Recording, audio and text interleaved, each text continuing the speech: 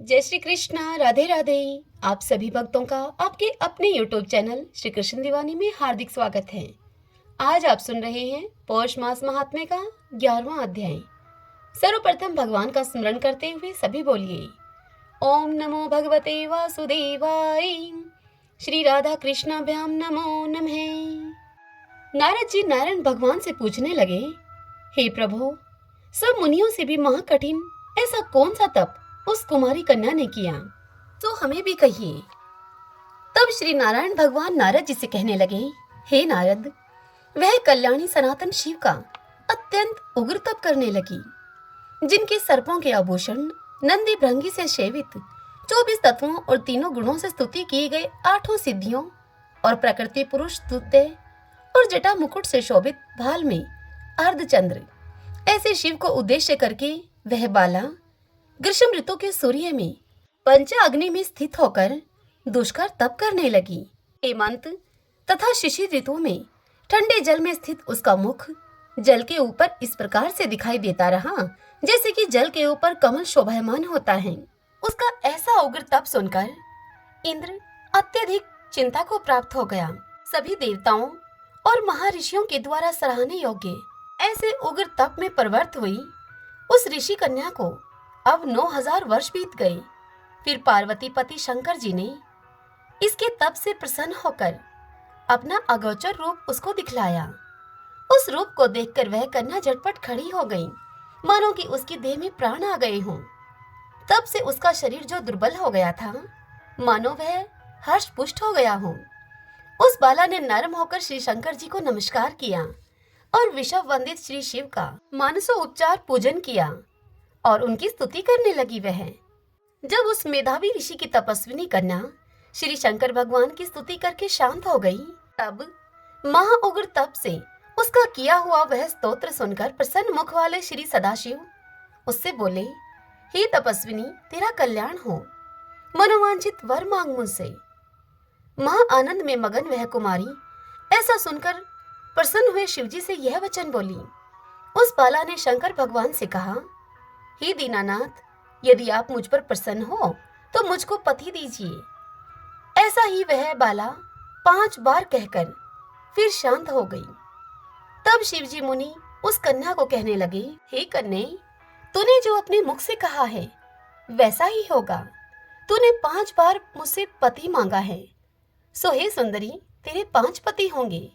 श्री कृष्ण भगवान युधिष्ठिर से इस कथा का श्रवण कराते हुए कहते हैं कि श्री शिव के ऐसे अनीति प्रिय वचन सुनकर वह बाला शंकर भगवान से बोली, हे सदाशिव, एक स्त्री के एक ही पति हो सकता है। कहीं भी स्त्री 5 पति वाली न देखी गई है न सुनी गई है। एक पुरुष के 5 स्त्री तो हो सकती हैं, परंतु मैं 5 पतियों वाली कैसे होंगी? आपको ऐसा कहना योग्य नहीं है। हे प्रभु, ऐसा वरदान देने में आपको ही लज्जा होगी।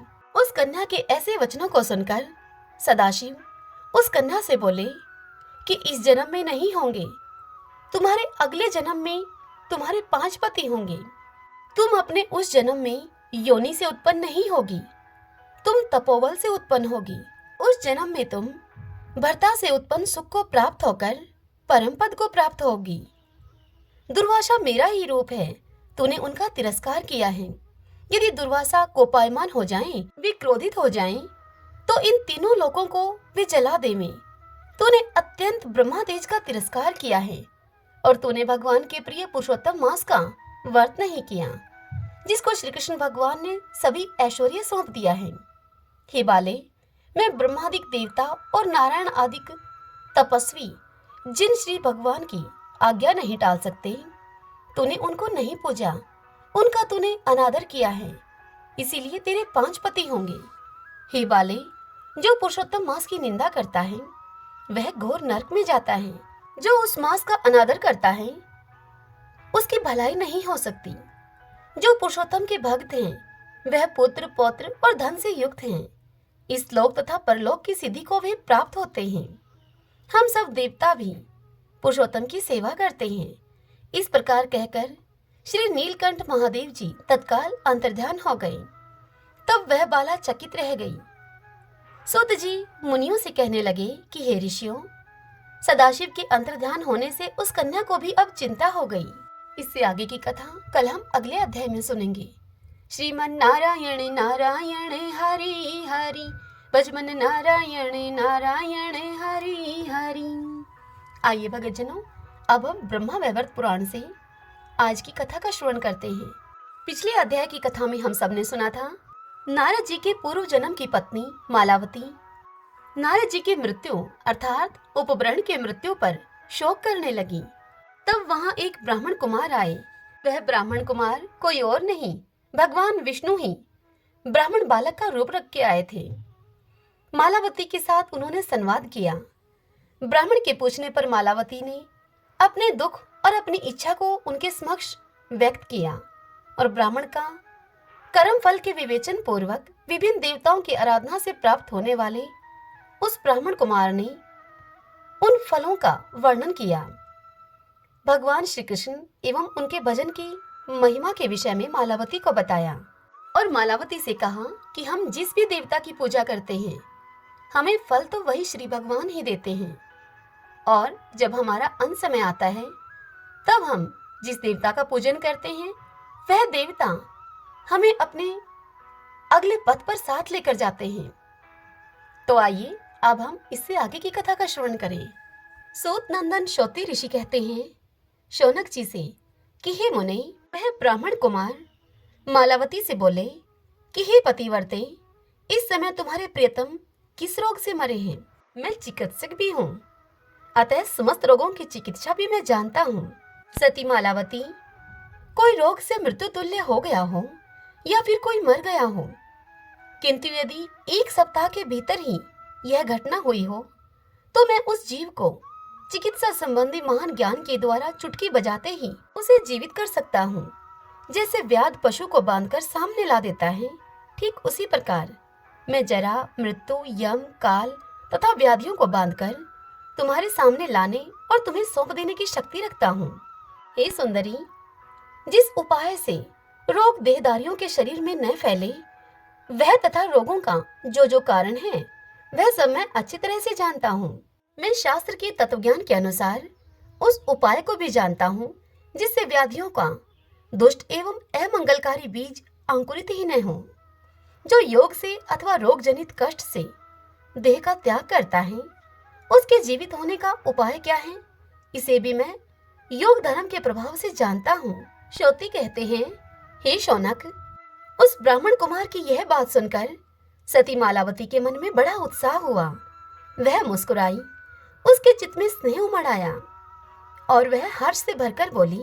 मालावती ने कहा, अहो, इस बालक के मुख से कैसी आश्चर्यजनक बात सुनी गई है। यह अवस्था में तो बहुत छोटा दिखाई देता है, परंतु इसका ज्ञान योगवेत्ताओं के समान उच्च कोटि का है। हे ब्राह्मण, आपने मेरे प्रियतम पति को जीवित कर देने की प्रतिज्ञा की है। सत्पुरुषों का वचन कभी मिथ्या नहीं होता, अतः उसी क्षण मुझे विश्वास हो गया कि मेरे पति जीवित हो गए। वेद वेताओं में हे श्रेष्ठ ब्राह्मण, आप मेरे प्राण वल्लभ को पीछे चलाइएगा। पहले मैं संदेहवश जो आपसे पूछती हूँ उसी बात को आप बताने की मुझसे कृपा करें। इस सभा में जब मेरे प्राणनाथ जीवित हो जाएंगे और जीवित होकर यहाँ मौजूद रहेंगे तब मैं उनके निकट आपसे कोई बात पूछ नहीं सकूंगी, क्योंकि उनका स्वभाव बड़ा तीखा है। इस सभा में ये ब्रह्मा आदि देवता विद्यमान हैं।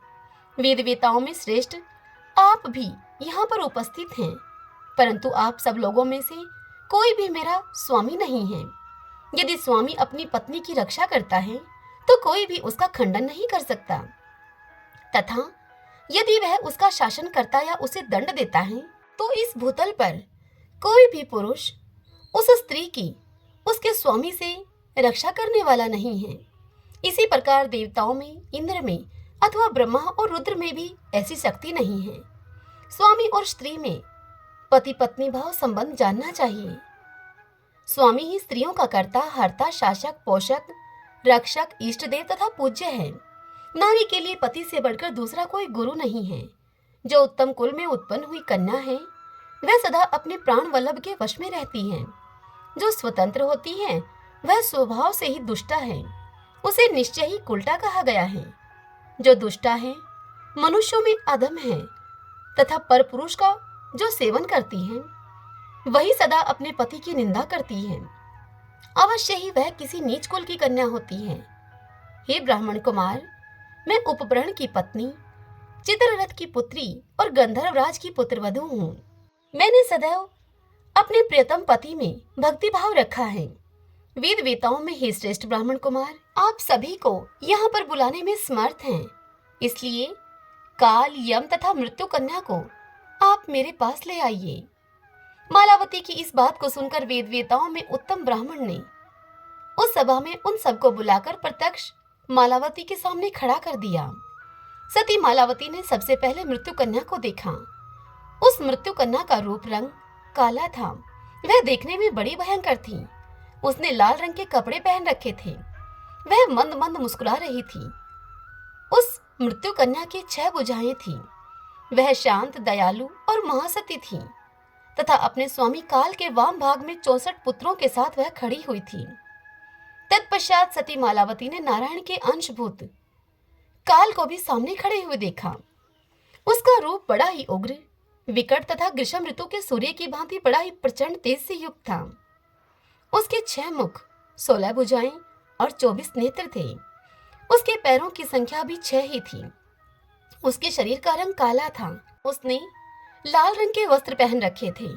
वह देवताओं का भी देवता है। उसकी विकराल आकृति है। वह सर्व संहार रूपी काल का अधिदेवता, सर्वेश्वर एवं सनातन भगवान है। उसके मुख पर मंद मुस्कान जनित प्रसन्नता दृष्टि गोचर होती थी। उसने हाथ में अक्षमाला धारण कर रखी थी और वह अपने स्वामी तथा अपने आत्मा परम ब्रह्मा श्री कृष्ण का नाम जप कर रहा था। इसके बाद सती ने अपने सामने अत्यंत दुर्जय व्याधि समूहों को देखा, जो कि अवस्था में अत्यंत बूढ़े होने पर भी अपनी माता के निकट दूध पीते हुए बच्चे के समान दिखाई देते थे। तदंतर उसने यम को सामने देखा, जो कि धर्माधर्म के विचार को जानने वाले परम धर्म स्वरूप तथा पापियों के भी शासक हैं। उनके पैर स्थूल थे, शरीर की कांति श्याम थी। धर्मनिष्ठ सूर्य नंदन यम पर ब्रह्मा स्वरूप सनातन भगवान श्री कृष्ण का मंत्र जप कर रहे थे। उन सबको देखकर महासाध्वी मालावती के मुख और नेत्र बड़े ही प्रसन्नता से खिल उठे। उसने निशंक होकर पहले यम से पूछा। मालावती यम से बोली, हे धर्मशास्त्र विशारद, धर्मनिष्ठ धर्मराज, हे प्रभो, आप समय का उल्लंघन करके मेरे प्राणनाथ को कैसे ले जाते हैं? तब यमराज ने मालावती से कहा कि हे पतिव्रते, समय पूरा हुए बिना तथा ईश्वर की आज्ञा मिले बिना इस भूतल पर किसी की भी मृत्यु नहीं होती। जो मरा नहीं है ऐसे पुरुष को मैं नहीं लेकर जाता। मैं काल, मृत्यु कन्या तथा अत्यंत दुर्जय व्याधि समूह, ये आयु पूर्ण होने पर जिसके मरण का समय आ पहुंचता है, उसी को ईश्वर की आज्ञा से लेकर जाते हैं। मृत्यु कन्या विचारशील है। यह आयु निशेष होने पर जिसको प्राप्त होती है, उसी को मैं लेकर जाता हूँ। तुम उसी से पूछ लो, वह किस कारण से जीव को प्राप्त होती है। तब मालावती बोली, हे मृत्यु कन्या, स्वामी के वियोग से होने वाली वेदना को तुम जानती हो। अतः हे प्यारी सखी, बताओ तो, मेरे जीते जी तुम मेरे प्राण वल्लभ को क्यों हर कर ले जाती हो? तब मालावती से मृत्यु कन्या बोली, पूर्व काल में विश्व सृष्टा ब्रह्मा जी ने इस कर्म के लिए मेरी ही सृष्टि की। हे पतिव्रते, मैं बड़ी भारी तपस्या करके भी इस कार्य को त्यागने में असमर्थ हूँ। हे सुंदरी, इस संसार में यदि कोई सतियों में सबसे श्रेष्ठ और तेजस्वी सती हो तथा वह मुझे ही अपने तेज से भस्म कर डालने में समर्थ हो जाए, तब तो यहाँ सारी ही आपत्तियों की शांति हो जाएगी। फिर मेरे पुत्रों और स्वामी की जो दशा होनी होगी सो हो जाएगी। काल से प्रेरित होकर ही मैं और मेरे पुत्र व्याधिगण किसी प्राणी का स्पर्श करते हैं। हमारे ऐसा करने में मेरे तथा मेरे पुत्रों का कोई दोष नहीं है। अब तुम मेरा निश्चित विचार सुनो। हे भद्रे, धर्म सभा में बैठने वाले जो धर्मज्ञ महात्मा काल हैं, उनसे इस विषय में तुम पूछो, फिर जो उचित हो वह अवश्य करना। मालावती ने कहा कि हे काल, आप कर्मों के साक्षी हैं, कर्म स्वरूप हैं तथा नारायण के सनातन अंश हैं। हे भगवान, आप परमेश्वर को नमस्कार हैं। हे प्रभु, मैं जीवित हूँ, फिर मेरे प्रियतम को आप क्यों हर कर ले जाते हो? हे कृपानिधि, आप सर्वज्ञ हैं, अतः सबके दुख को भी आप जानते हैं। यह सुनकर काल पुरुष मालावती से बोले, हे पतिवर्ते, मैं अथवा यमराज किस गिनती में हैं? मृत्यु कन्या और व्याधियों की क्या बिसात है? हम सब लोग सदा ईश्वर की आज्ञा का पालन करने के लिए भ्रमण करते हैं, जिन्होंने प्रकृति की सृष्टि की है, ब्रह्मा विष्णु और शिव आदि देवताओं को प्रकट किया है। मुनीन्द्र, मनु और मानव आदि समस्त जंतु जिनसे उत्पन्न हुए हैं, योगी जन जिनके चरणारविंद का चिंतन करते हैं, बुद्धिमान मनुष्य जिन परमात्मा के पवित्र नामों का सदा ही जप करते हैं, जिनके भय से हवा चलती है, सूर्य तपता है, जिनकी आज्ञा से ब्रह्मा सृष्टि और विष्णु पालन करते हैं, जिनके आदेश से शंकर संपूर्ण जगत का संहार करते हैं, कर्मों के साक्षी धर्म जिनकी आज्ञा के परिपालक हैं, राशि चक्र और समस्त ग्रह जिनका शासन शिरोधार्य करके आकाश में चक्कर लगाते हैं, दिशाओं के स्वामी दिग्पाल जिनकी आज्ञा का पालन करते हैं, सती मालावती जिनकी आज्ञा से वृक्ष समय पर फूल और फल धारण करते हैं और देते हैं, जिनके आदेश से पृथ्वी जल का तथा समस्त चराचर प्राणियों का आधार बनी हुई है, क्षमाशील वसुधा जिनके भय से कभी कभी सहसा कंपित हो उठती है, जिनकी माया से माया भी सदा मोहित रहती है, सबको जन्म देने वाले प्रकृति जिनके भय से भयभीत रहती हैं, वस्तुओं की सत्ता को बतलाने वाले वेद भी जिनका अंत नहीं जानते, समस्त पुराण जिनकी स्तुति का पाठ किया करते हैं, जिन तेजों में सर्वव्यापी भगवान की 16वीं कला स्वरूप ब्रह्मा विष्णु और महाविराट पुरुष उन्हीं के नामों का जप करते हैं, वे ही सबके ईश्वर, काल के काल, मृत्यु की मृत्यु और परात्पर परमात्मा हैं। उन्हीं श्री कृष्ण का तुम चिंतन करो, वे कृपानिधान श्री कृष्ण तुम्हें संपूर्ण अभिष्ट वस्तु तथा तुम्हें तुम्हारा पति भी प्रदान करेंगे। ये सब देवता जिनकी आज्ञा के अधीन हैं, वे सर्वेश्वर श्री कृष्ण ही संपूर्ण संपत्तियों के दाता हैं। सूत नंदन शोते जी इस कथा का श्रवण कराते हुए शौनक से आगे कहते हैं कि हे शौनक, ऐसा कहकर काल पुरुष चुप हो गए। तत्पश्चात ब्राह्मण कुमार ने मालावती से पुनः वार्ता आरंभ की। इससे आगे की कथा कल हम अगले अध्याय में सुनेंगे। श्रीमन नारायण नारायण हरि हरि, भजमन नारायण नारायण हरि हरि। आइए भगतजनों, अब हम पौष मास में सुनी जाने वाली गणेश जी की कहानी सुनते हैं। एक समय देवी पार्वती ने गणेश जी से पूछा कि हे पुत्र, पौष मास में किस गणेश जी की पूजा करनी चाहिए? इस पर गणेश जी ने देवी पार्वती से कहा कि हे माता, इस मास में लंबोदर नामक गणेश जी की पूजा करनी चाहिए। इस विषय में मैं आपको एक कथा सुनाता हूँ।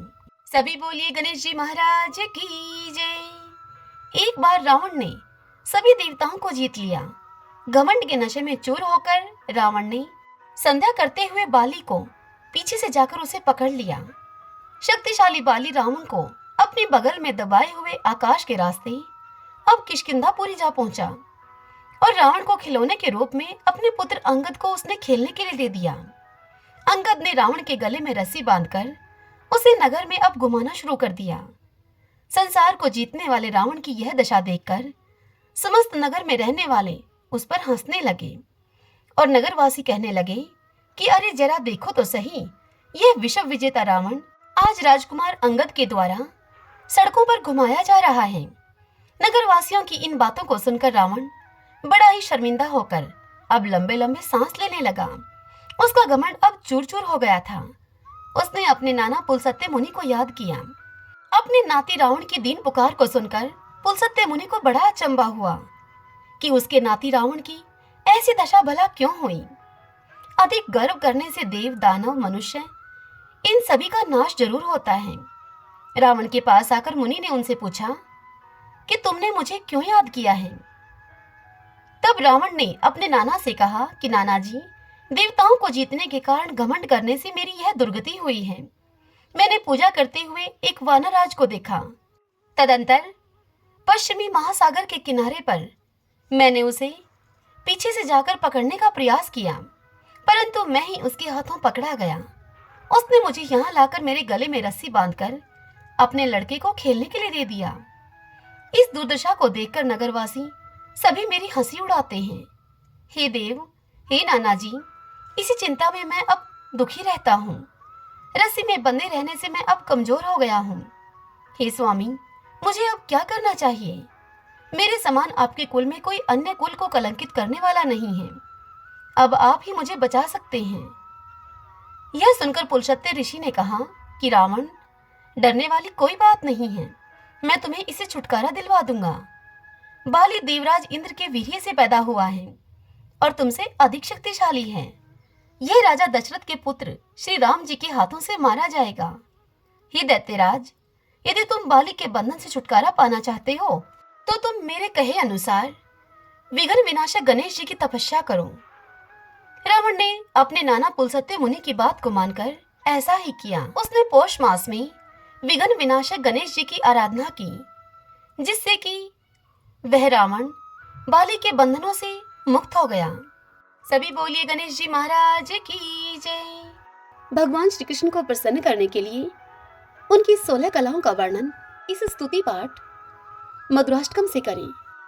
अधरम मधुरम वदनम मधुरम नयनम मधुरम हसितम मधुरम हृतम मधुरम गमनम मधुरम मधुराधिपति रखिलम मधुरम मधुराधिपति रखिलम मधुरम वचनम मधुरम चरितं मधुरं वसनं मधुरं वलितं मधुरं चलितं मधुरं भ्रमितं मधुरं मधुराधिपतिरखिलं